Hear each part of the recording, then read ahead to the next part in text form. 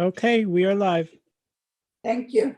Welcome to the Oakland budget meeting of the Oakland Mayor and Council. Tonight is Monday, May 8th, 2021 via Zoom. Yes, roll call Mayor Schwager, here. Councilman Bialy, Here. Councilman Kamala, Here. Councilman Pignatelli, Here. Councilman Slasinski, Here. Councilman Talamini, Here. Councilman Van Eck. Here. Moment of silence.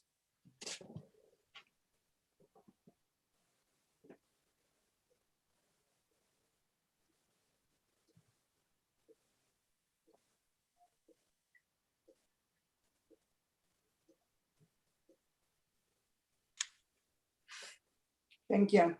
Actually, another fixture in Oakland died last week. Michael Gerard. Remember the Michael Gerard hair salon? Yeah, unbelievable. Yeah. He cut my hair for 5 years. That's how long it takes? That's about how long it took. That was for one haircut. No. Yeah, How long Mike's does it take to blow dry it? Okay. All right, with that, meeting announcement. This meeting is being held in accordance with the Open Public Meetings Law, duly announced, submitted to the newspaper, and advertised more than 48 hours in advance of the meeting. A notice was posted in the municipal building and on the borough website. This is the general budget meeting, the first meeting. And so everyone knows who is listening that the full governing body is reviewing the budget in its totality for the first time this evening. Each committee has gone through their budgets. The finance committee has reviewed it, but this is the first time the entire body, all the council people have seen the budget together. The budget is not being introduced tonight. This is not an introduction. It's still in its draft form and may be further revised between tonight and the first introduction, which is scheduled for the council meeting on March 24th, 2021. Although we have a council meeting Wednesday night, that is not when the budget will be introduced. So you could get copies of the budget from the borough. And this will be, tonight is a discussion. It's like when you get a piece of paper that says draft. That's what this is. Think of this as a draft. After March 24th, 2021, when it's introduced, then the budget will be publicized. It will be publicized every, with different medias, and a public hearing will be established. So you have plenty of time. Anyone who is listening, I know on YouTube, you have plenty of time to make your suggestions, recommendations, complaints, accolades. We'll take accolades too. You have plenty of time to do it. But remember, the first introduction is not until March 24th, so there's plenty of time. And with that, I'm turning over the presentation to our newly licensed CFO, David, you're on. Thank you, Mayor. Rich, did you want to kick it off real quick? Yeah, just as the mayor had said, this is a basic budget overview. We're going to go over the basics of appropriations for the year, key cost drivers, revenues, including all of the non-tax revenue items and what's happening with that. Talk to you about the tax levy impact, the history of that, history and impact on fund balance, briefly touch on the draft capital plan, and go through the water and sewer budget. I think to start, and if you can refer— And just not to interrupt you, but just so if the public is listening, fund balance is the politically correct word for surplus. So when you hear the term fund balance, and yes. you're saying, what is fund balance? Think of it as a surplus. That's Okay. exactly what it is. That's right, Mayor. So I think due to the rather unique nature of last year's budget due to COVID-19, I think that a good jumping off point to talk about the 2021 budget is to kind of recap what happened last year a little bit, both on the revenue and expenditure side, to kind of give you a sense of what happened last year, and then we'll use that to springboard into the 2021 budget preparation. With that, David, you can start. Okay. Thanks, Rich. Just for everybody who got the package and maybe seeing some different numbers right at the top, the 21.8 that you see under revenue and expenditures, that included what we had done because we hadn't finalized the grants that we were anticipating yet. We just said, okay, we'll just put in the same number as last year, just as a placeholder. Last year's final numbers included about $260,000 worth of additional grants that we got, and we did Chapter 159s for. So they get included in the budget, but we don't anticipate them all because we don't know that we're going to get them. So we're actually anticipating many fewer dollars worth of grants in 2021 than we realized in 2020. That's normal every year because you generally get grants throughout the year that you don't have in your actual original budget. Those are all the Chapter 159s that you process during the calendar year. But they're offsetting. So what came out of the revenue comes out of the appropriations and the expenses. So it's a wash as far as all the tax levy and all the rates go. So we're looking at what COVID-19 did to us in 2020. We can see 5 fairly significant line items in our non-tax revenue streams that were down year over year. They net out to well over $400,000 worth of revenue that we saw in 2019 that we did not see in 2020. And we anticipated that last year in the budget, and we did some revisions before we finally adopted. We did slightly better actually than we had anticipated, but it's still down from 2019. We think this year is going to be even better than 2020, but we still think 2021 will be about 250,000 below where we were in 2019. The state's giving us the ability to do some estimates on anticipated revenues using a 3-year average. That's not normal. Normally, you can only anticipate what you realized last year, but they do recognize that there are some challenges and some changes that they had to do due to COVID. Right, and you'll see a resolution that we're in the process of preparing where we have to specify what revenues are subject to the 3-year estimate. That I think we'll prepare at the same time that we do the cap ordinance and the budget introduction. We'll do that all on the same night. Just Dave, a quick question. And in general, has the state been helpful with making exceptions for the budget, or is it more difficult?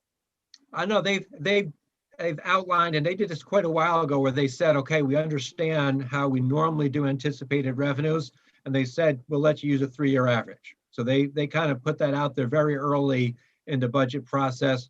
Very early, they're allowing us to adopt later than statutory, because statutory would be adopted by the end of March. So they've kind of looked at it and they said, okay, we're going to give you the tools that we can to enable you to figure out your budget as you go into the year.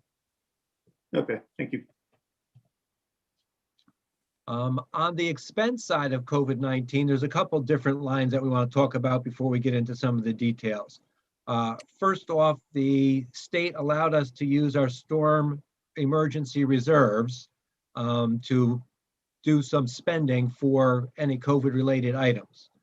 The FEMA grants and the CARES grant are reimbursing those expenditures. And right now we've submitted and have approved about $105,000 worth of reimbursements that we spent out of the storm reserve. We probably have another 40,000 that is in the works in terms of additional, expenses that we think we'll be able to recover. We'll be able to continue recovering COVID-19 related expenses right now through expenses made through the end of September. So we'll continue to track those. We have some specific line items that we use for salary and for any materials or things that we purchase. The other side of David, Go ahead, what Pat. was the total amount of expenditures for COVID? Do you have that? Right now, in terms of what we've had reimbursed, it's 105,000. You can see that 30,074 on the screen there.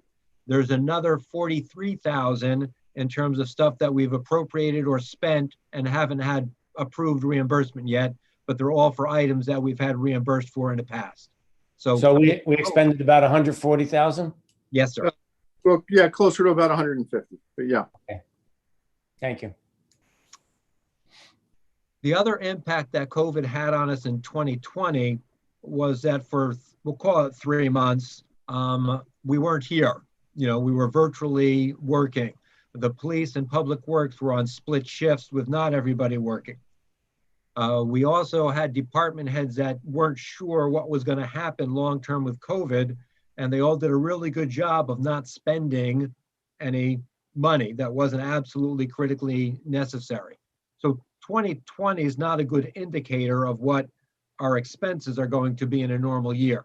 So we're continuing to use our normal process where we look at the last 5 years of actuals as we look at what we think we need for this year's budget.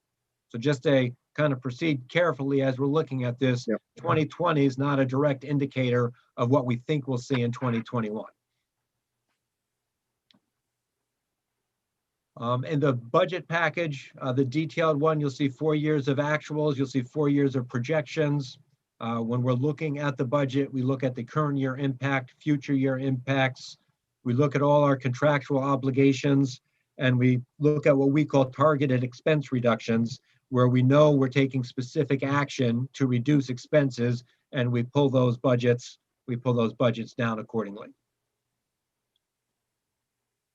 Anything you add at a high level, Rich?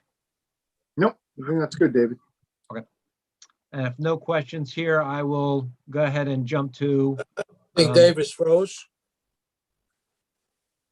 Yes, sir. What happened? What's that, John? I think I the think problem John- you, I think John. John froze. Are you back with us, John? I'm here, yeah. Okay, very good. You stopped. I'm looking at you and I thought you were frozen. Gotcha. I didn't hear anything coming out from you. Okay. be a little Maybe more it's animated. Use your hands. I've been told that if I sit back, I tend to rock and move. So I'm told to apply better posture and sit forward so I don't move too much. Okay. So on the appropriation side, our budget for 2021 is around $21.5 million. That's about a $900,000 change from 2020, about 4.5% higher. When you exclude grants, and remember I talked about grants being included in 2020, but that includes a lot of 159. So if you include grants, what our real spend is going to be up is about 1.2 million. And that's about a 6% increase, 3% inside cap and about 7% outside of cap. And I'm going to break down where those increases are for you. And Oh, just to that- clarify, David, just to clarify, when we talk about this cap, inside cap, outside cap, we're referring to the appropriation cap and not the tax levy cap. Say that again? The cap that David was talking about in terms of what's Right. inside cap and outside cap, we're talking about the appropriation cap that we're subject to, not the levy cap. Got it. So for total salary and wages, we're actually only going to be up this year by about $40,000. That's about 0.5% increase. The main driver for that is police salary and wages. They're actually down year over year by about 71,000. Based upon the contract and the steps and everything, you would normally expect police salary alone to go up by $200,000 or so. But because we have breakage in there from retirements and other things, we're actually able to hold that budget actually slightly down year over year. So that's a big help to this year's budget in keeping the increase as low as possible. There are 5 key drivers that are driving $1.2 million in increase. We have debt service, which is up by over $500,000. We knew that was coming. We've been talking about for 2 or 3 years that many of the projects that we've been doing, the larger ones, we're going to have to do the permanent financing for. Permanent financing hit this year. Timing was pretty good. I guess the one silver lining that we got out of COVID from the budget side was the interest rate's extremely low. So we got a very good rate on that financing. So that's a pretty significant increase of 500,000. We have our utility support, where we are going to be transferring some revenue out of surplus over to the sewer utility to address the penalties and fees associated with the ACO, the administrative consent order. We've Right. got, And so everybody's aware that $165,000 amount covers 2 years, covers a payment that's due November of this year. And it also reimburses the sewer utility for the payment made in 2020 as well. And David, where are we getting that from? we're Surplus. doing, you'll see it when we get into the next slide where we talk about revenue. We're going to increase significantly the utilization of surplus this year. You froze. Surplus is way up this year in terms of what we're using. So we're paying for that out of our reserves.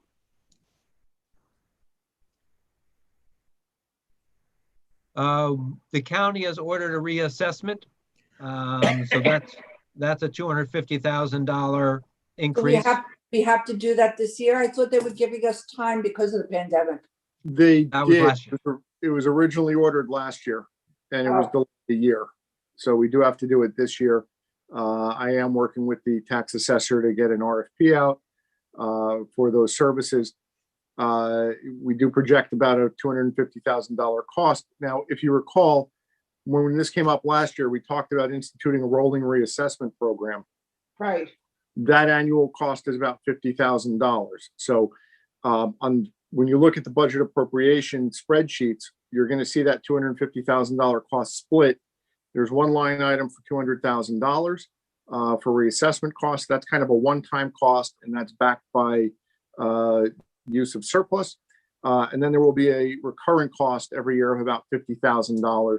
That money is in the taxes, but that money has been put in the tax assessor's OE budget. And that's just something we are going to need to adjust the budget to handle going forward. So we have to do the reassessment regardless. Yes. And that cost is approximately 250,000.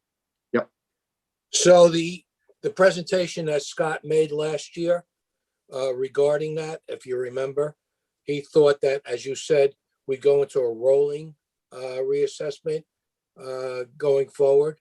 That's not possible. That's what we're doing. That's what we're doing. But you Okay, still so have to do the 250? Yes. The 200 up front is for them to kind of get a level set for us, and then it'll be $50,000 a year moving forward. So it's 300,000 this year. No, 250. No, 250. Oh, so it's 200 plus 50. Correct. Got it. Yeah. And then for the next 4 years, it It'll would be $50,000 a year. Which Correct. makes it much easier pill to swallow going forward. Could somebody just explain to me what the rolling assessment is? I wasn't here last year. Sure. Essentially, what happens is we do a revaluation or a reassessment. That is supposed to set your assessments at market value.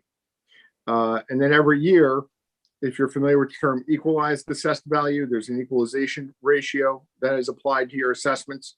And over time, that tends to decrease. That is that your assessments become less and less reflective of what the actual market rates are.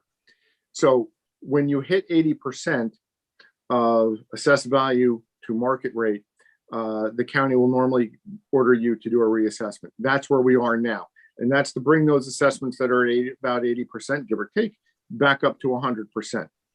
What the rolling reassessment does is it captures changes as they occur on, kind of a regional approach to the town, so that over a 4 or 5 year period, you're bringing the whole town, keeping it in line more or less with the market rate. So you never hit that 80% ratio. It's a little bit fairer, and it should also avoid tax appeals going forward. Okay, so they're basically doing a percentage of the town every year then, Correct. regardless. Correct. Okay, thank you. And that we put $100,000 into tax appeal every year, and we spend some portion of that.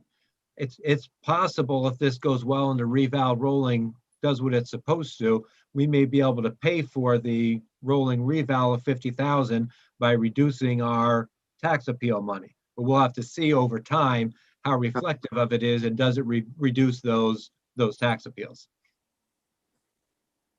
Right. So the next large item of those 5 is the pensions. This is, again, the state tells us what the pension is going to be. It's based upon prior year salaries and what they feel the actuary will say we need to contribute in order to be able to pay our pension obligation. That's up by close to 20% on PERS and about 11% on PFRS. So that's a pretty significant increase that kind of caught us by surprise. We hadn't seen an increase that big for pensions in a few years. So Yeah. who makes that determination? The state just simply says, this is what you're going to pay? Is it predicated on anything? Yeah, so Eric, you're right. They send us a bill and it's basically pay this bill, period. Payments due at the end of April. What it's predicated upon is, your overall salaries and wages for the municipality. And then they have an actuarial study that gets done every year that says, okay, on that, there needs to be X percent charged to the town to meet their future actuarial obligations. You make changes in those assumptions. Let's say your assumed rate of return on your investments, or your investments aren't doing as well, which they probably aren't because of the pandemic. And you need to be able to collect more in the current year to make up for that. So in both of these cases, the bulk of those increases are because the percentage of salary that we have to pay increased rather dramatically for this year. So it's a little hypocritical on the state's part, isn't it? They require us to pay our fair share of pension every year, but yet the state does not do that.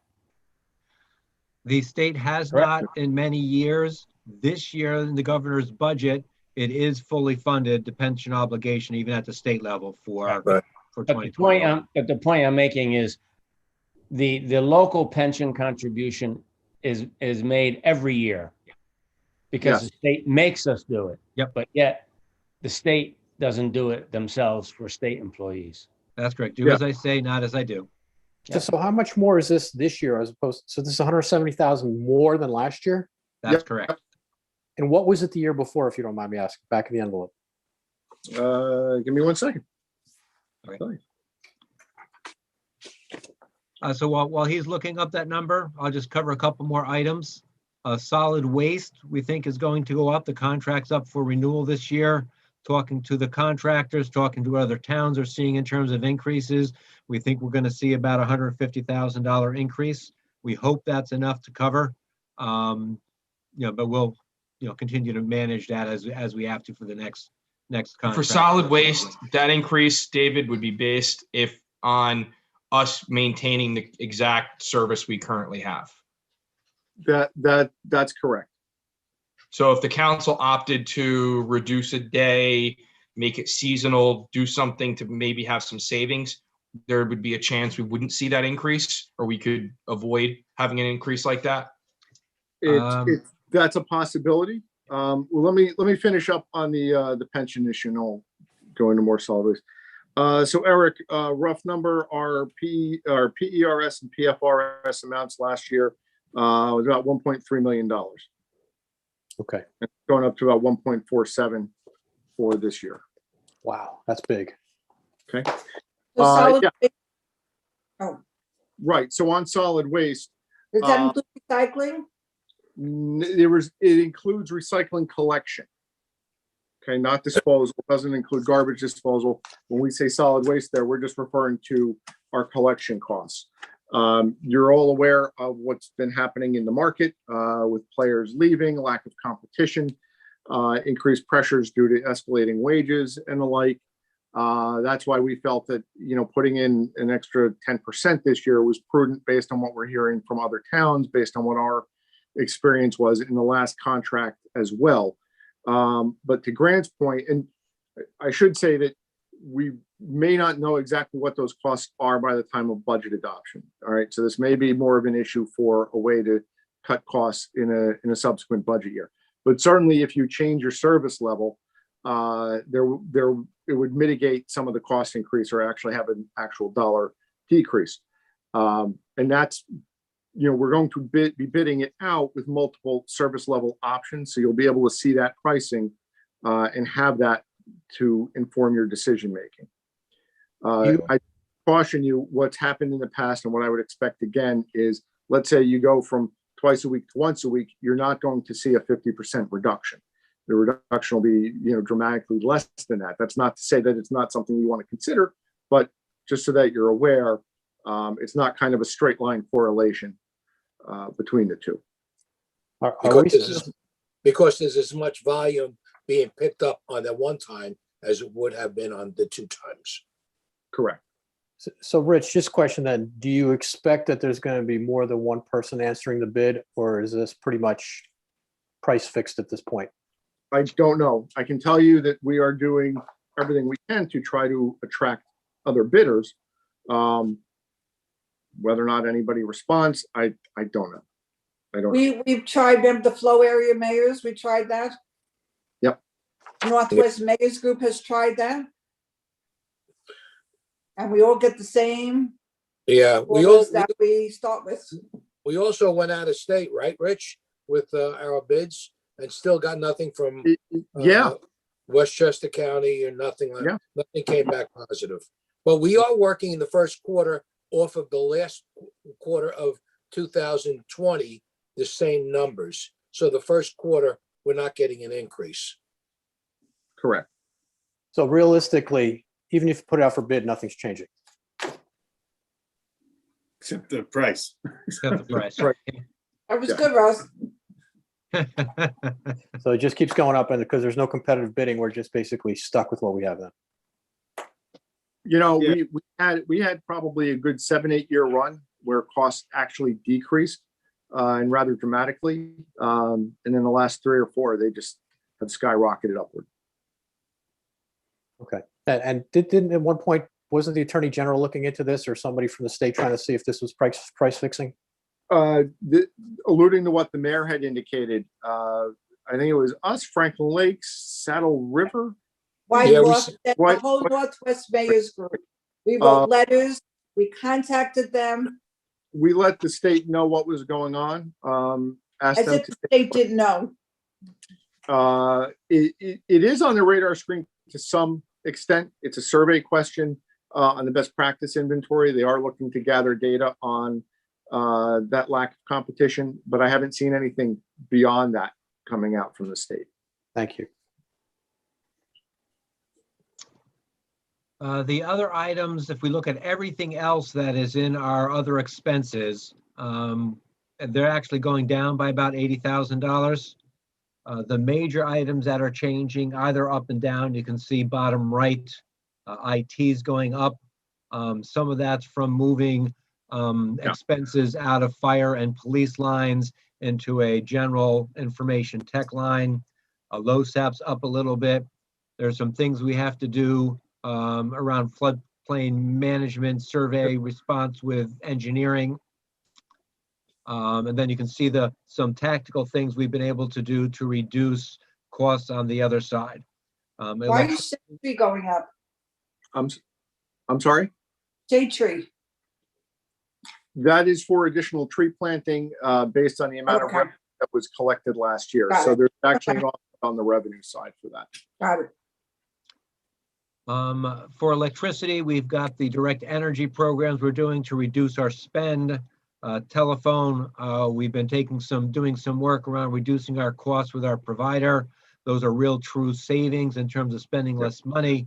Well, and on the telephone in particular, we had purchased the system on a 5-year lease purchase. And those lease payments finished at the end of 2020. So that results in a rather large reduction in our telephone expenses now going forward. We did have a lease buyout. We did not budget it, so I paid for that out of my budget. It was $1. So Approved. got that one covered. That was very generous. You paid for it out of the David Young account? I paid for it out of the finance department budget. Just I want to make sure everybody knew that the department picked up the lease buyout on the phone. Okay. Any questions in terms of the appropriation side? Okay. Okay. On the revenue side, we have our anticipated non-tax revenues. As you can see, the top line surplus, we're looking to anticipate almost $400,000 plus more in 2021 than we did in 2019. Our Why local, is that, David? what's that? Why is that? We've got some pretty significant one-time costs. The reval is at one time. We don't expect to have to do that again. The support to the utility is a one-time, so we don't expect to have to do that again. So that's generally where we try to lean on surplus, so we don't have increases on the tax base for one-time purchases if we do have the surplus available. When I get into the fund balance slides, you'll see that we actually got a bump to our surplus last year, so we had more to spend. So the timing for that was pretty good. Okay. But this is in line to try to keep the impact on taxes this year as low as possible. So you're saying we're gonna have more in surplus this year than last year? We started the year with more, so Oh, we we're started- actually be able to spend more. So that's, Right. we'll actually finish the year with less, Thank but you. it's within the margins. Local revenues, we're again anticipating more than we did in 2020, but we're still not back to 2019 levels. We're still about $250,000 lower than what we had budgeted for 2019. Most of that's still COVID related. Energy receipt tax, flat, I'm not getting anything bonus there. If you go back to what's happened with state aid, we haven't increased or gotten an increase in state aid in 10 years. And if you assume just a 1.8% consumer price index every year, our spending based upon what they're giving us is down about $200,000. So all that spend keep pushing over onto the taxpayer. The state's not doing much to help us out on the energy receipt tax state aid side. No, and also keep in mind that before it became flat, we suffered a couple of years of rather significant decreases in state aid during the Great Recession. So that's probably down closer to $400,000 a year in real terms. Unifor construction fees slightly down in terms of what we're anticipating over 2020, but a lot higher than, over 19, but higher than 20. Our grants, we always anticipate much less than we realized the prior year because we get grants throughout the cycle. Again, grants are offsetting what we bring in on the revenue side. We have offsetting expenses. So it's pretty much a wash. Our other special items of revenue, this is where we use reserves from municipal open space to pay for some open space debt. These are cable franchise fees. A lot of those line items roll into here. This is up mostly because we're going to use $250,000 again out of our reserves to offset that local revenue that's going to be down. Again, trying to balance the impact of the budget on the taxpayer. So when you say local revenue, that's coming from the state, correct? No, local revenues is fees, permits. Oh, yeah, okay. So I guess my question is on the construction side with the way that you anticipate that the fees are going to be down, even though this is the hottest real estate market going right now and all the work that's being done? Yes, we think it's going to be not as far down as it was last year in terms of the budget. We're also restricted here to using a 3-year average. This is one of the items we'll be using a 3-year average for. So that's also restricting our ability to anticipate there. Thank you. Receipts from delinquent taxes going to be relatively flat because of the tax sale that we do accelerated. Delinquent taxes are not a significant line item in our budget. You can see the 4 items that are significantly down from 2019's budget. That $250,000 basically offset by the reserve we're using. The major impact that we're seeing in terms of anticipated non-tax revenues being up is the use of surplus. And again, that's going to be offsetting a couple of one-time budget impact items.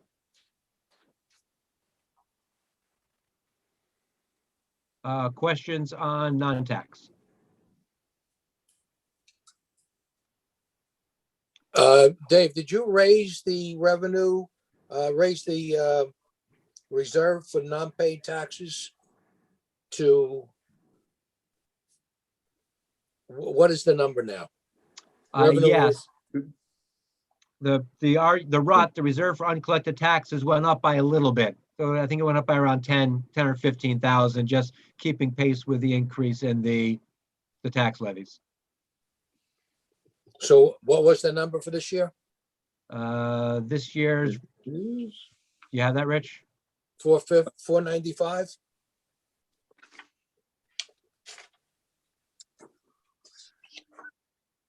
Let me add to the rut. Reserve for uncollected went from 480 up to 495, correct? Right. What if we just drop that down to 450 just to save a little bit? Is there any negative impact by doing that to save us $45,000? So there's two line items. So to reduce it, I still have to be in compliance with certain elements from the budgeting process. So I'd have to look and see what level I could reduce it by. So there is some opportunity there. So yes, we can reduce it some. I don't know if I could do the full 45. I'd have to do the analysis. But the other side of that is that's a surplus replenishment item. If we reduce that, we reduce our surplus regenerated for next year's budget, which means next year we've got to come up with that $45,000 somewhere else. Right. But I'm just saying, just to being, we're looking at 3.5 increase. Yep. I'm just looking to, ease off that number Yep. in a couple different areas and see if Sure. we could drop that percentage down into the 2 area. So I'm looking at as one of the locations. I And will. I was also looking at, I know we have the reserve we put away every year for a fire truck. And is it still $100,000 this year? It's been $200,000 every year. Every year. Can we drop that to, with the interest rates being so low, it's might not be a bad idea to, take part of that from a bond and again, ease off on the pressure of a 3-point plus tax increase and get it closer to 2. So I'm wondering if we could drop it from a $200,000 $200,000 reserve for the fire truck to 100. The reserve for the fire truck, typically we've been pulling out of, surplus in terms of the surplus that we utilize in the budget.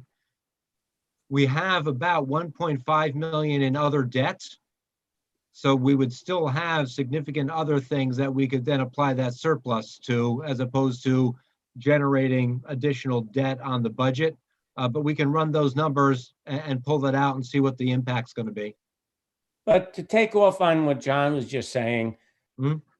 the first year we did that, we did it because we realized we would have to buy a new ladder truck that would be over $1 million. So we put $200,000 aside each year to save for the ladder truck. Now, we have the money saved for the ladder truck. Yep. And any money that we save now or put aside now would be for other vehicles. However, in the past, before we did that for the ladder truck, we always bonded for it. We never did. put it aside. And with the bond market, interest rates being so low, that might not be a bad consideration. I think it's a good consideration, John. Yeah, Well, except just bear in mind, interest rates are very low right now. We would not need to purchase and go out to the bond market or float debt for a few years yet for the replacement Right. vehicle. And we don't so know what rates will be, 2, 3, 4 years from now. So might we consider just dropping that for $100,000 this year and put that as an ease on the taxpayers? I think it's a good idea, John. I agree with both. I agree with John and Pat on that. I would. What even about dropping it all together if we already have the money saved for the ladder truck? What's the purpose of doing anything? Well, I can tell you, originally we started out by saying, let's pre-fund the ladder truck. It's going to be a very big expense. And that money has been saved and Good. encumbered because we did order the truck last year. That should be delivered in September of this year. The thought going forward was, this was really a best practice to save in advance, to avoid debt, to avoid interest. And let's just keep doing that going forward to pre-fund as many purchases as we can in the future as well. And where However, will that ladder truck go? however, this year we have a 3.7% increase. So Exactly. this would be the year to not to do it and Yeah. do it maybe next year. Yeah, Another Especially question, since where our- is that our- ladder truck going? It'll replace the ladder truck at Company One. down at So Yacht. it will fit in the garage? Yes, it will. They took the measurements this year. Yeah. But I think because our revenues, income revenues were down last year because of COVID, on a myriad of avenues of usual revenue, I think this might be a good year to consider dropping that at least by 100 and put a little bit less pressure on our residents as far as our tax increase goes. Absolutely. I just want to expand on what Grant said. How about if just because, obviously residents are under stress with COVID and not working and everything else like that. How about if we just take a pass for this 1 year on that and then start back into it next year? Why don't you do both, David? Run both sets of numbers. Absolutely. And just, That's what this is, the drafting. right. So the other part of that, and this is the long-term planning. And even though interest rates are historically low right now, even at a 2% bond rating that we're currently going to get on these purchases, the $1.2 million fire truck that you're paying $1.2 million for, if we went out even at 2%, we'd be paying $1.4 million for that same $1.2 million fire truck. So just as you forward plan all these things, we got to remember that when we're making those large purchases cost us more money if we go out to bond and pay them off over time. Yeah, we're not We've saying also we're learned not in saying the stop past, it altogether. We're saying Well, just stop it for this year. No, Yeah, we've and also also- learned, We're but not we've going to be also buying learned another in the ladder truck. past that when we go from high to zero, we suffer in the long run. Whereas if we go from high and gradually a little bit each year, it doesn't affect you as much. So that's why I'm saying, please run both sets of numbers. Yeah, I agree Got with it. that. Sure. And we won't be buying another ladder truck. No, That's the good thing. the other trucks are 600,000-700,000. Yeah, the 6-7, but it's not 1.2 million. The ladder truck is Right. almost twice as much as a regular truck. Absolutely. That's correct, John. Sure. Yep. Where's Bobby Knapp when we need him? Was there something wrong with the old truck? Was it broken? Did another town buy it from us? No, we still have it. The ladder truck. The ladder truck, we will be disposing of it. It was always kind of a maintenance intensive piece of apparatus. It was a bit of a lemon, if you will.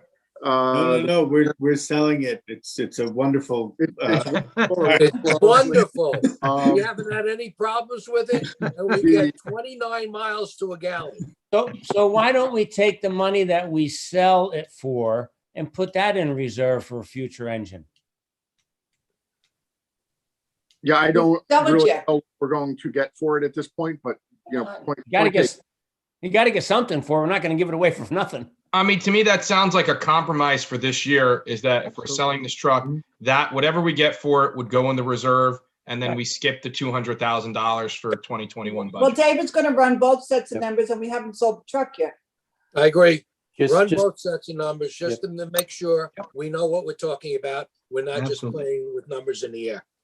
and also You don't be got it. disappointed when people bid on the truck and it's very little.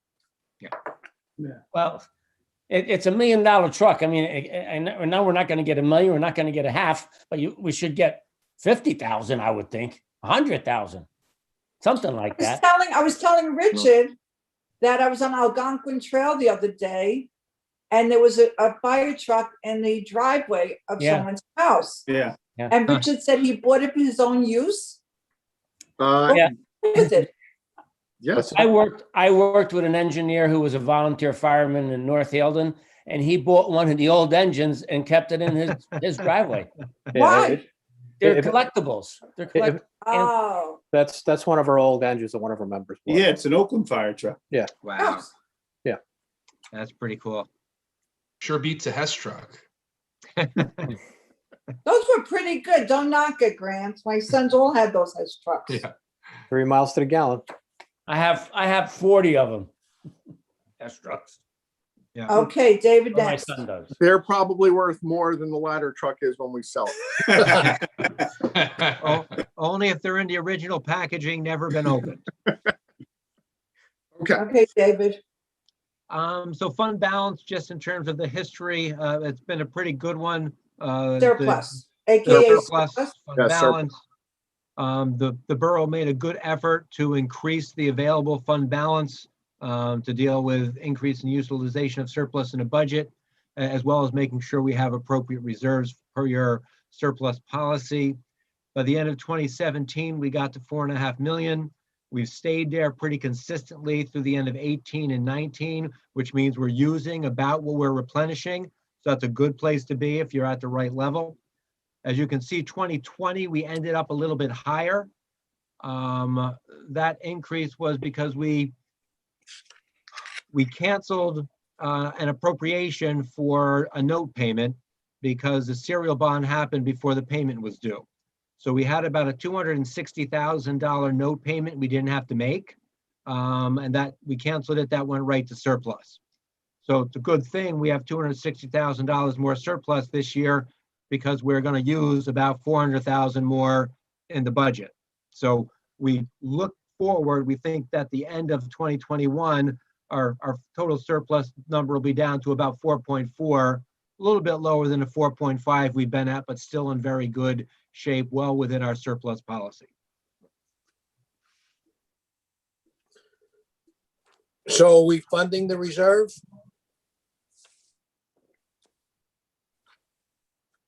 I'm sorry, which funding, what reserve is that, John? The fund reserve.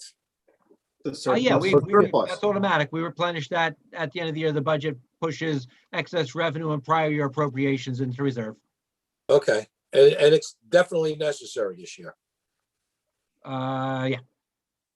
Yeah, Yeah. that's one of the reasons that we canceled the appropriation for the note payment so that we could get it into reserve this year rather than next year. Okay. If you think that's the What is financial, the advantage of having such a large surplus? Well, it's, first of all, we use, 1.5 million of that, and this year we're using 2 million. So that 4.7 is going to become 2.7 as soon as you pass the budget, which Okay. means you've only got $2.7 million to deal with any type of issues, emergencies, future year budget considerations that may pop up. But whatever's left in the budget in 2021 is going to go into that surplus. That's, well, the left in the budget from 2020 rolls into it 2020, next right. year, and then, the following year it rolls. So Right. it's a good place where we're at. We are right now, right in the middle of our surplus policy between 15 and 20% of our non-cap appropriations. So it's a And- revenue. It's a good spot. and what that also does, Mary, is when you're faced with situations like, okay, we have this one-time expenditure for a reassessment, let's say, we have the ability to pay for it and not burden the taxpayers with a tax increase over 5 years. Because the other budget mechanism for that is to do what's called a special emergency, where you fund it over 5 years, and you're paying for it out of taxes. This gives us a little bit more flexibility to address those situations without adding another tax burden on top of it. Okay. I know it's the proper thing to do, and I know what it does down the road, but it's also the proper thing to make sure that our residents aren't burdened by a horrible increase in taxes. I just want to make that aware, make us all aware that I know what we're doing is the financially feasible way to do it. But we also have to understand that we're doing it when we do something like this, and we take money and put it into a reserve, we're actually creating a bigger number for the taxpayers to fund. So I was just wondering if we could take, in case this tax increase gets a little bit out of hand, that's why I'm bringing up these items, just to make sure that we have the ability, if we want to ease that burden on all the residents, considering the year we had last year, with a lot of people being out of work and a lot of people not being as well off as they were from the year before. You still might have as much as 10% unemployment in Oakland. Yeah. So it is a difficult year. And if So there was ever a time to use, I'm just trying to be not a typical year this with our budget as it has been for our residents. So if we could make that just work in favor of the residents once in a while, rather than in favor of being safe and considerate for our own purposes to make sure we are funded properly as it's called for, but maybe it might be a good idea to give the residents a break as well. So I'm just putting that out there for the rest of the council to consider, because it has been. I agree with you, John, 100%. John, I hear it. And I you know hear what it from- everybody forgets? There's 6 council people and me, that's 7 people. We're residents too, and we pay taxes also. Oh, for sure. So it affects Yeah, we feel the everybody. brunt. And Lisa, it You know, affects Lisa too. when my wife sees the tax increase, she says, "What the hell are you doing? What am I doing?" I blame you too, John. Yeah, I know, but what I'm trying to do here is just give everyone the sense of we're in control of how we treat the residents as far as an increase goes. So it's been a very bad year for a lot of people. I'm just trying to ease the pain a little bit with what we're doing here today. You have to worry too, though, that if there was something that came up and we lowered the fund balance, and then next year we didn't have enough in the fund balance, then you'd hit them even harder, you know. I So Russ, I understand Like that we did with the completely. water. So that's what I'm saying. It's better Yeah. to do gradual each year, Right. either up or down, than go from extremes. But No, historically, we've been I'm just- replacing it. I'm just Historically, talking we've about replaced an ease up on what was intended, just to give a little bit of a break. And if we can do that with no intentional hurting of our budgeting for future years, I think we should take the opportunity to give the residents a little bit of a break. That's all. Well, I've always said that we're not a bank. So if we did what We John, have some reserves, but we're not a bank. so John, if what you're suggesting would happen this year, would it still keep us in the 15 to 20% of non-cap that you mentioned before as our policy? Well, that's what I'm looking to David for, some guidance there, because Well, who So came up? if we did what you suggested, would we still be within our policy that David just mentioned of the 15 to 20%? Well, who came up with the 15 to 20%? Is our policy. Yeah, Council, I know, but who came up with it? and that when? was something that was originally developed by Jim Mangan and myself, back when the, At least 10 or 12 years ago. no, that came up probably Before me. 2013 or so, I think. That became a best practice issue. They wanted to see towns adopt the surplus policy. That's when Who's they? Who is they? the state, Statener. So the state is recommending 15 to 20% in the No. surplus? The state says that you have to have, or that they want to see towns have a surplus policy that they live within. Yes, but who came up with 15 to 20% That was something that was recommended by the CFO and myself, based on what at other the towns time? do, based on what we think is a reasonable amount of surplus to have.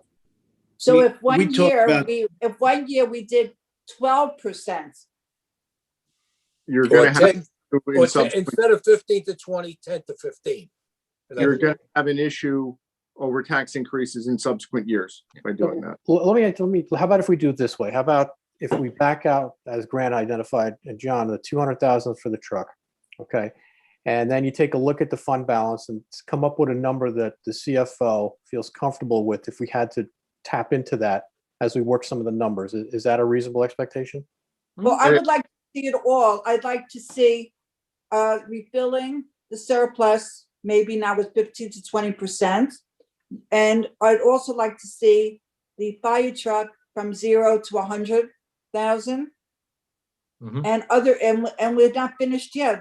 There's so much more to talk about. Yeah, But let's forget- maybe continue on with the presentation first. Yeah. And Okay. don't forget, a healthy fund balance also gives you a good rate on your bonds. Oh, Right. listen, I thank goodness we have the fund balance. At least we have a bit of a cushion we can play with this year. I mean, this is the rainy day. Yeah. What is it, David? What is Let's the move interest forward. rate Let's now move on the forward fund and balance? let's go through everything. So we have more to talk about with more knowledge. David? Yes. So obviously, we've talked about these, and I think we all know what these are. The state Unfortunately, requires us to live within a 2% tax levy cap and a 3.5% appropriations cap. You can see from here, we're well below the cap law in terms of what they would allow us to go up to this year without a referendum.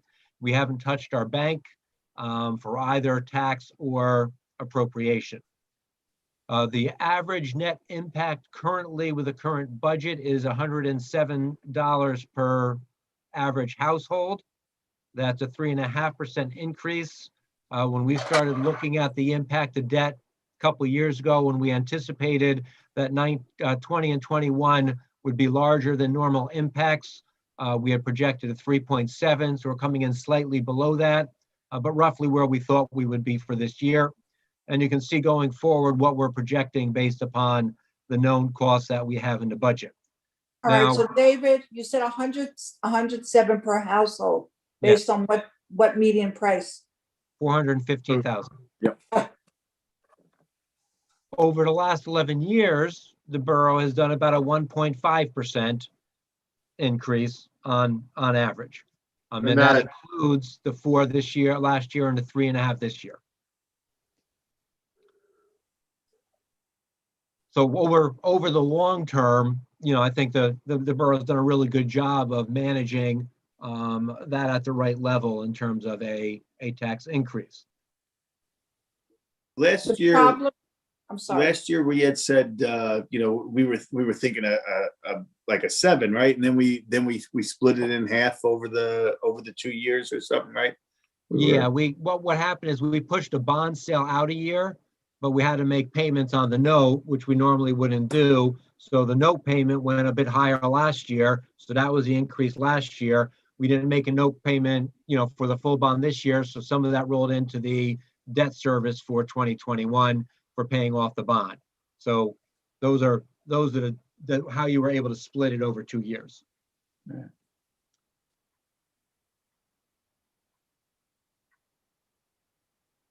Now this is looking backwards. If we had done just a 2% tax increase every year, we would have had a tax levy this year of 16 million, almost 17 million, which would be about $800,000 more than we needed in this year's budget. We would have accumulated about $8.4 million in cash that we could have spent on purchases instead of going into debt. So our $15 million bond could have been $7 million. Our $900,000 payment for debt service could be $400,000 this year instead of $900,000. And we would have about $1.3 million to spend on capital outlay. You would almost be pay as you go and debt free as a municipality. The net increase to the average taxpayer would have been about $16 per year if we had focused on a 2% every year, as opposed to the zeros and the halves and the things that happened while we were building debt. So the long-term impact of making those decisions becomes significant dollars over time in terms of your spending ability. And So those it's are, not always a good thing to go in with a flat tax like we did a couple of years ago, because Yeah, it so- always comes back to get us. it- And it- I don't know if anyone's seen that bag in Borough Hall, but if anyone sees it, grab it and put it away somewhere. And it's not a suggestion that we spend money because we can. It is because we have $15 million of debt we just incurred. If we had that $8 million, we wouldn't have that debt. And Exactly. again, every $1 million in debt costs us 1.2 million by the time we pay off the interest and the principal. So it's trying to balance one of the things we talked about when you originally hired me, which was a long-term goal of getting to being a pay-as-you-go municipality. And you told me I couldn't retire until we got to pay-as-you-go. So that's going to be an ongoing focus for me to get you there as soon as possible. So what are you suggesting? That he work until he's 85. Ah, Rich and I will always try to keep all these things in front of you. They're not value judgments or anything in terms of when you make a decision, how you go, whether you utilize more surplus. They're just a reminder of, if we use more Plan. surplus, we don't replenish it, next year's tax rate won't be 2, it'll be 2.5, or we have to reduce the service. So those are just the things that, we'll just keep in front of you so that we have all the information to make the decisions.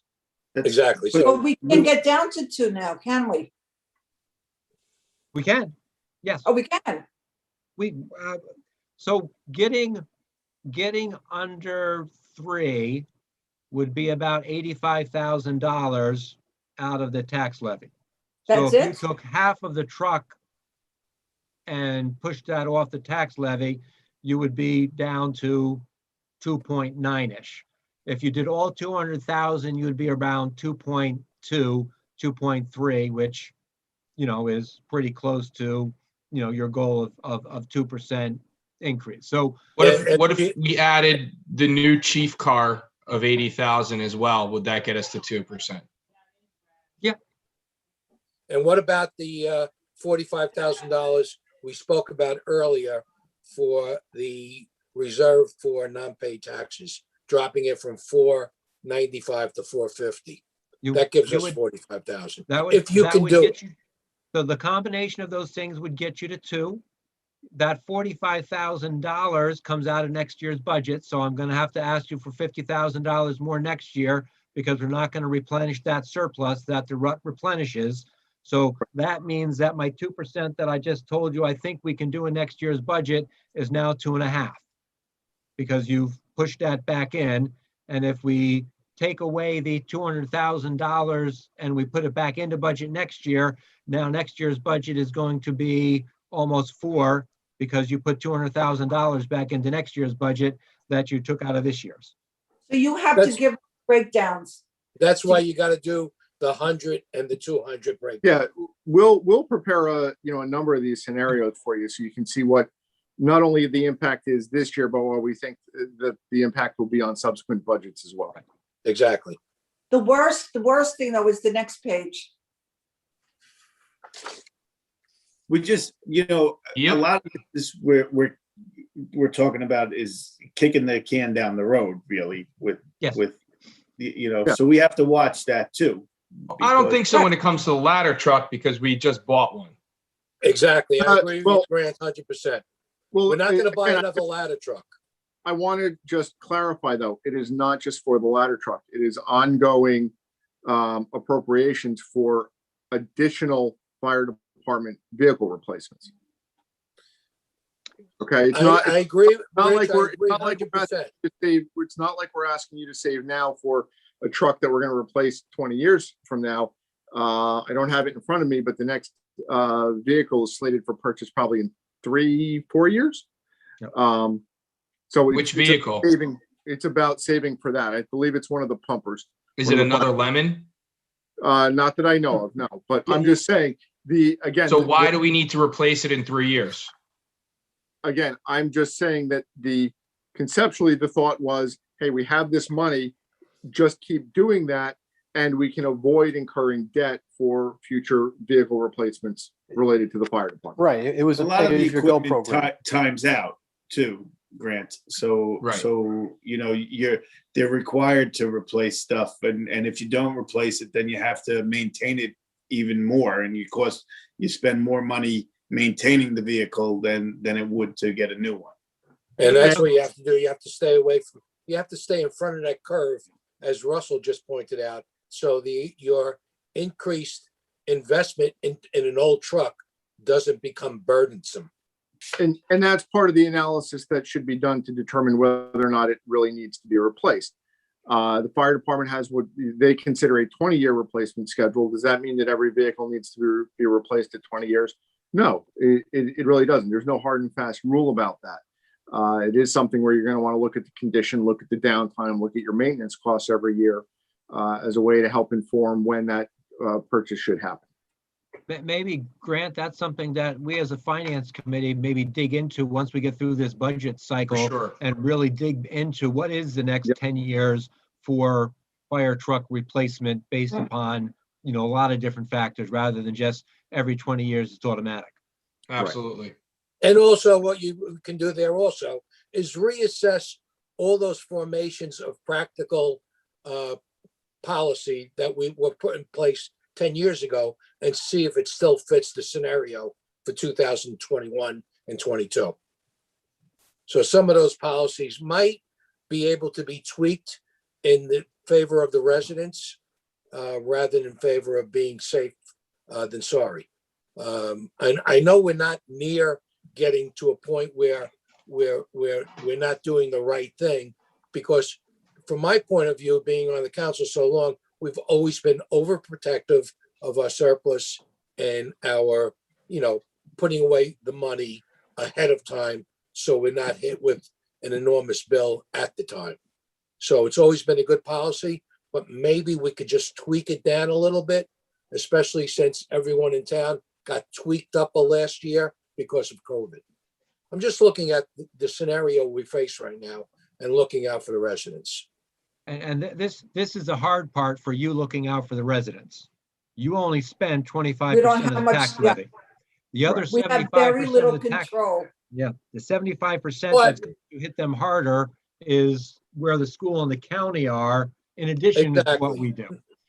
And that's something that the residents must understand, that looking at the pie chart, here we are, we're only a quarter of that pie.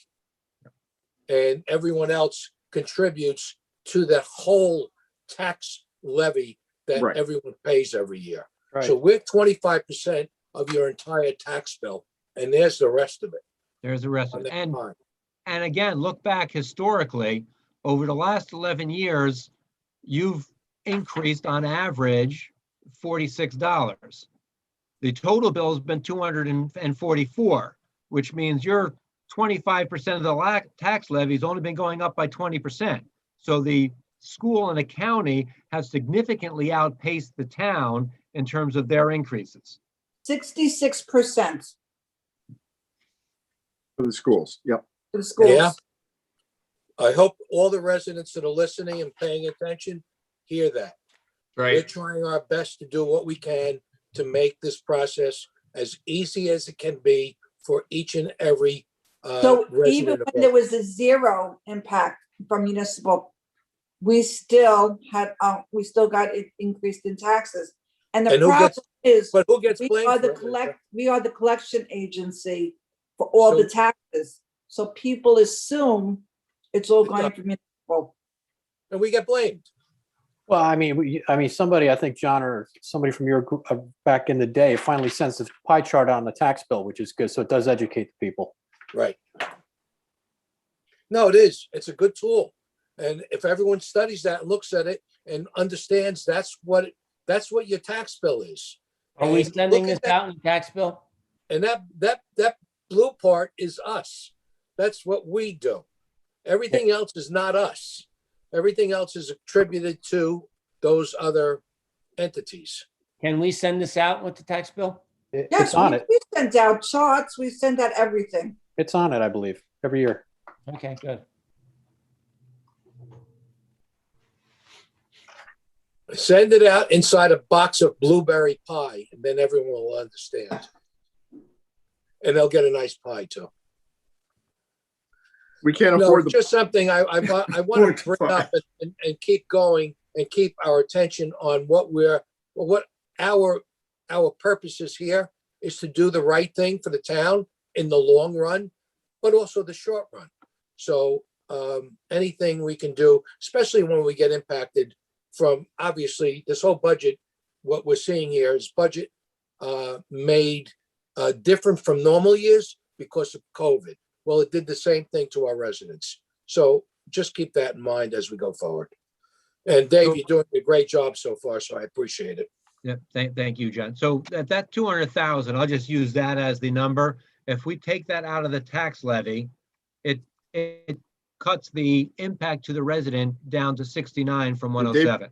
David freeze. And takes a tax rate down, to Did everybody freeze on me?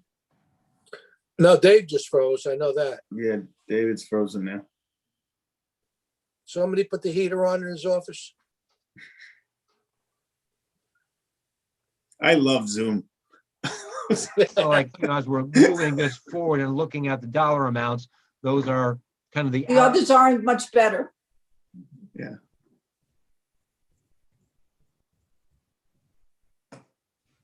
David, you're cutting in and out. So David, you're gonna have to talk fast because we may lose you at some point.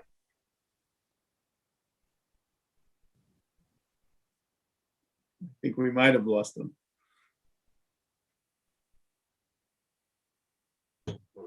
Richard, are you still there? Richard's gone too? Well, they're both at Borough Hall. Oh, put the emergency generator on, Russ. Yeah.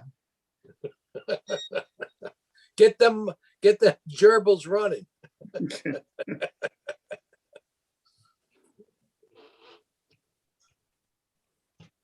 Is there a problem with the internet system in Borough Hall? Well, that's why everyone should, I don't know if it's on Altice or Optimum, but we hope people show up to the public hearing that's going to happen. I know we Yeah. submitted our. March He's 16th. writing. Zoom kicked me out trying to rejoin. The OCC submitted a letter. Oh, good. Thank you. And the television committee and myself all signed on to the letter that will be read, I believe, right, Rich? It'll be read. I don't know, did we lose Rich? It'll be read at the hearing. Yeah, Borough Hall is not here anymore. Rich and Dave are both froze out. And I'm surprised we're still on and streaming. I don't know who's hosting, if it's Michael or if it's Ryan through the control Well, room. we lost his picture. We lost David's picture.